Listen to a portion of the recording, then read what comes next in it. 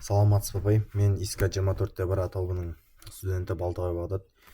Бүгін зертханалық жұмысты орындадым. Бірінші зертханалық жұмысқа бірінші есебіне келетін болсақ, бұл жерде namespace деп, lab 6 деп ат беретін боламыз. Класс студент деп класс ашатын боламыз да, private string, private int, age, private double секілді кодтарды қолданып студенттің атын, жасын және орташа GPI-ін есептейтін боламыз. Бұл есепте инкапсуляция принципін сақтау үшін name, age және gpa деген қасиеттерді қолдандым.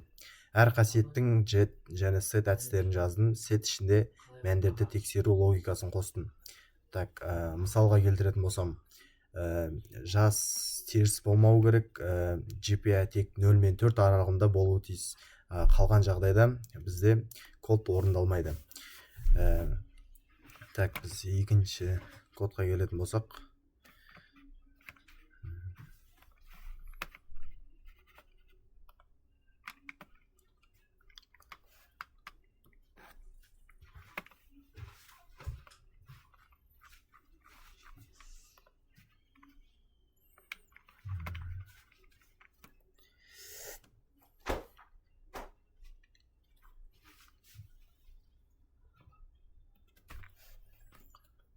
екінші код.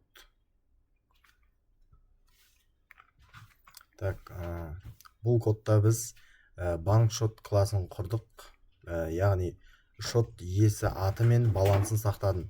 Баланс тек депозит және withdraw әдістері арқылы өзгереді.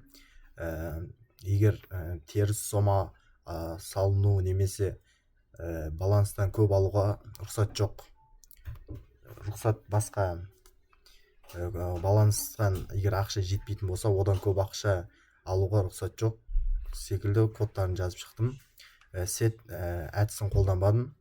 Тек ішкі әдістер арқылы басқару жүзеге асырылатындай етіп кодты жазып шықтым. Үшінші кодқа өтетін болсақ,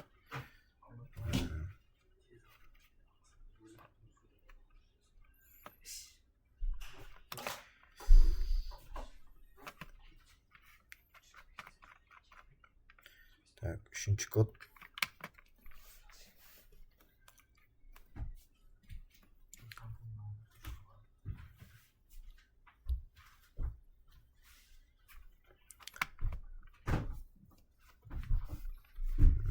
Үшінші код. Код аты rectangle case. Бұл кодта біз төртбұрыш класын құрдым. Бұл кодта ені мен биіктігі, жеке өрістерін жазып шықтым. Қасиеттер арқылы ені мен биіктігін орнатып, көлемі мен периметрін есептейтін әдісті жазып шықтым. Келесі кодқа өтетін болсақ, төртінші код.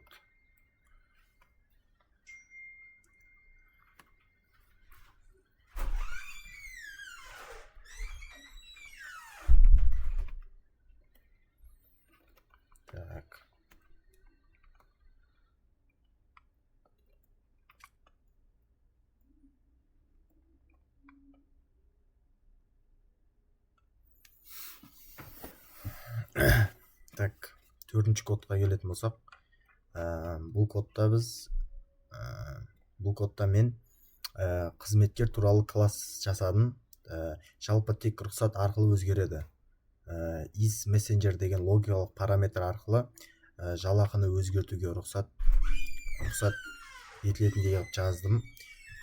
Және бұл жерде мен жалақыны рұқсат беріледі немесе тыйым салынады деген логикалық функциясын қолданып, осы кодты жазып шықтым. Келесі кодқа өтетін болсақ, бесінші кодқа келетін болсақ,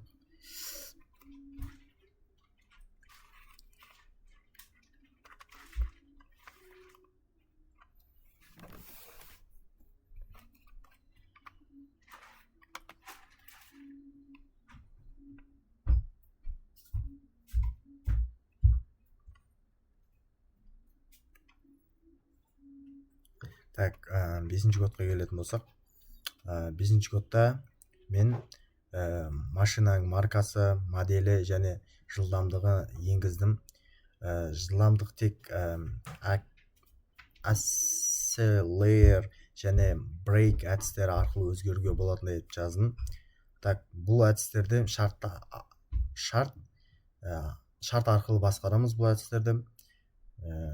Так, тексеретін болсақ, мысалы, Toyota көлігін алдым, модель Camry, жылдамдығы 40 км/сағат код орындалды. Келесі екінші беттің 1-ші кодына келетін болсақ,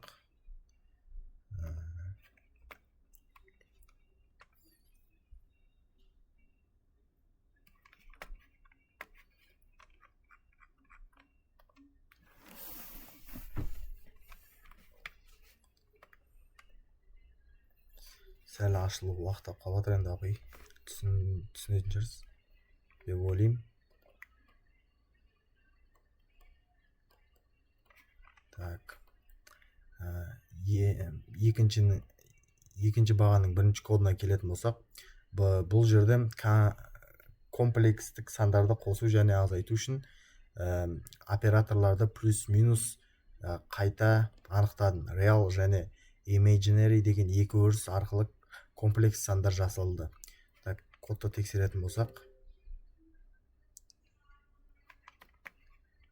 мысалы, қосу 3 қосылған 7 ай, айыру 1 плюс-минус 1 ай. Осылайша жауабы шықты. Так, егер келесі есепке өтеміз.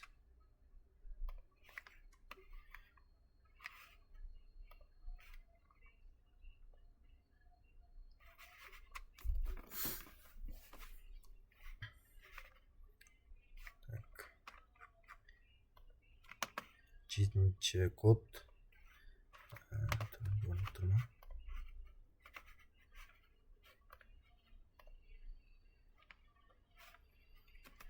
Так.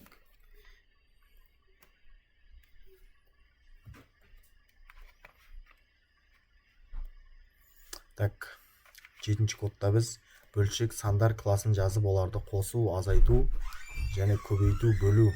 Бағана тек қосу, азайту болса, бұл жақта көбейту, бөлу операцияларын орындау үшін операторларды қайта анықтайтын код жаздым. Әр операция нәтижесінде жаңа фрейкшн қайтарылады. Так, нәтижесін көретін болсақ, тексеріп, бізде осындай нәтиже шығады. Өзіңіз тексеріп көріңіз енді. Дұрыс деп ойлаймын.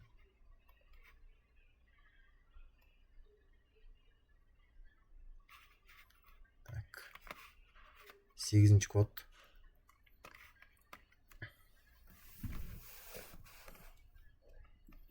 Так, 8-ші кодқа келетін болсақ.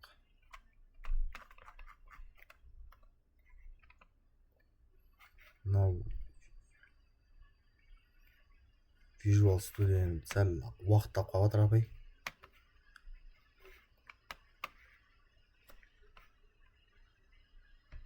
Не болса да қысқа түсіндіруге тырысып жатырмын. Так, бұл жерде бізде